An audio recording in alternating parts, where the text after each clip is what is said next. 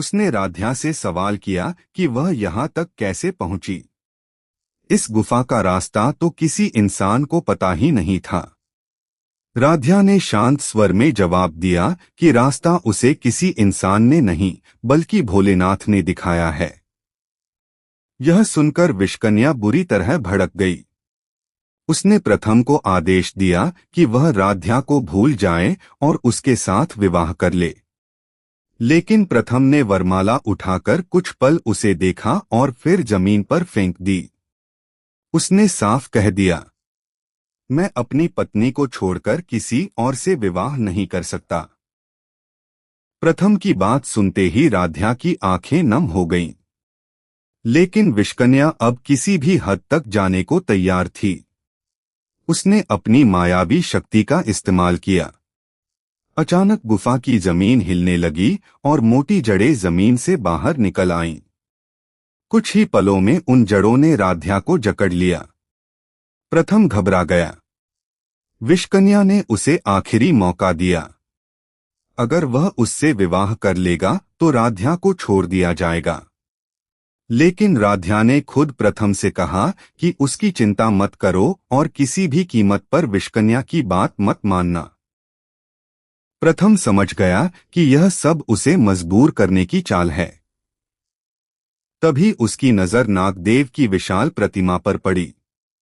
प्रतिमा के पीछे कुछ अजीब निशान बने हुए थे। वे निशान बाकी दीवारों से बिल्कुल अलग दिखाई दे रहे थे। प्रथम को शक हुआ कि शायद विष्कन्या की शक्ति का राज इन्हीं निशानों में छिपा है। उसने जानबूझकर विष्कन्या से कहा कि वह उसके प्रस्ताव पर विचार कर सकता है, लेकिन उसे थोड़ा समय चाहिए।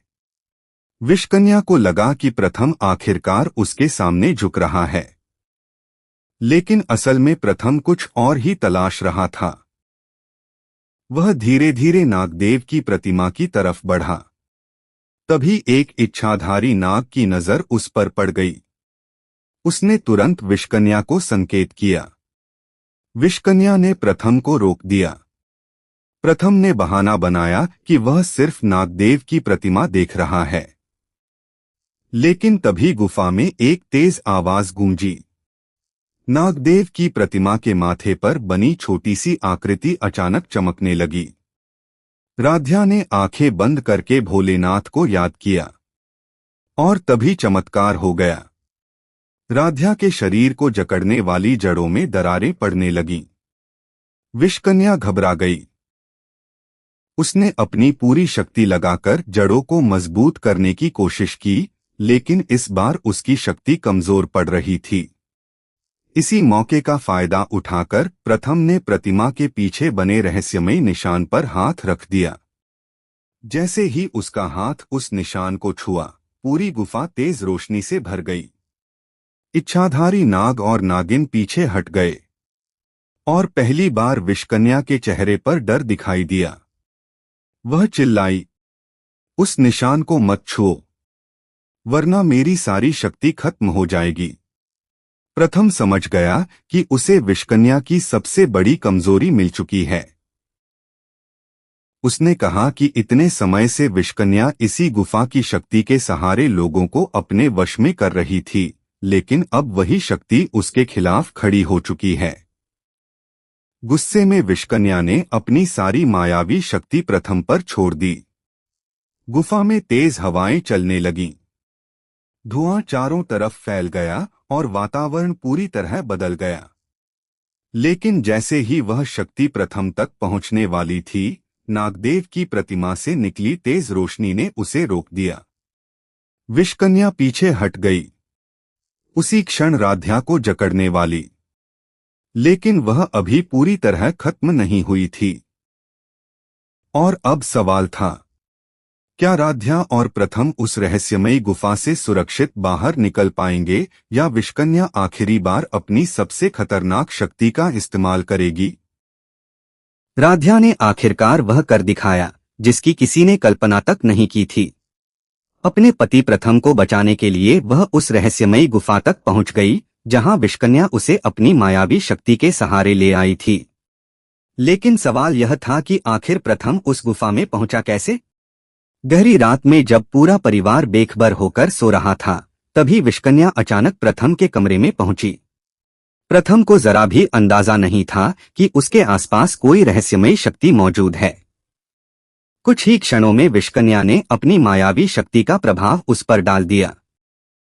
प्रथम की चेतना जैसे कमजोर पड़ने लगी और वह खुद को उस प्रभाव से बचा नहीं सका। विष्कन्या उसे लेकर एक ऐसी जगह पहुंची जिसका रास्ता किसी आम इंसान को मालूम ही नहीं था। वह थी एक रहस्यमयी गुफा। बाहर से यह जगह किसी साधारण पहाड़ी जैसी दिखाई देती थी, लेकिन अंदर का नजारा बिल्कुल अलग था। नीली और बैंगनी रोशनी से पूरा वातावरण चमक रहा था।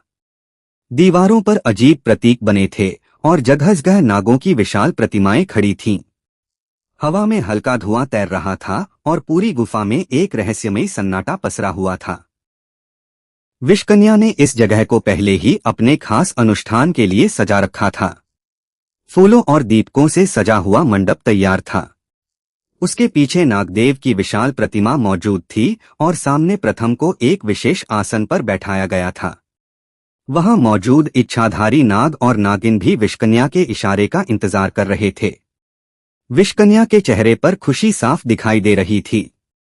उसे पूरा भरोसा था कि अब प्रथम हमेशा के लिए उसका हो जाएगा। उसने प्रथम के सामने वरमाला रखी और कहा कि अब उसके मायावी बंधन को पूरा होने में केवल कुछ समय बाकी है। उसके हिसाब से 23 घंटे बाद उसकी शक्ति इतनी मजबूत हो जाएगी कि प्रथम फिर कभी उसके प्रभाव से मुक्त नहीं हो सकेगा। लेकिन प्रथम बिल्कुल शांत था। उसकी आंखें खुली थीं, मगर चेहरे पर कोई प्रतिक्रिया नहीं थी। दूसरी तरफ राध्या को अचानक बेचैनी महसूस होने लगी। उसे बार बार प्रथम का चेहरा दिखाई दे रहा था। उसका मन कह रहा था कि प्रथम किसी बड़ी मुसीबत में है।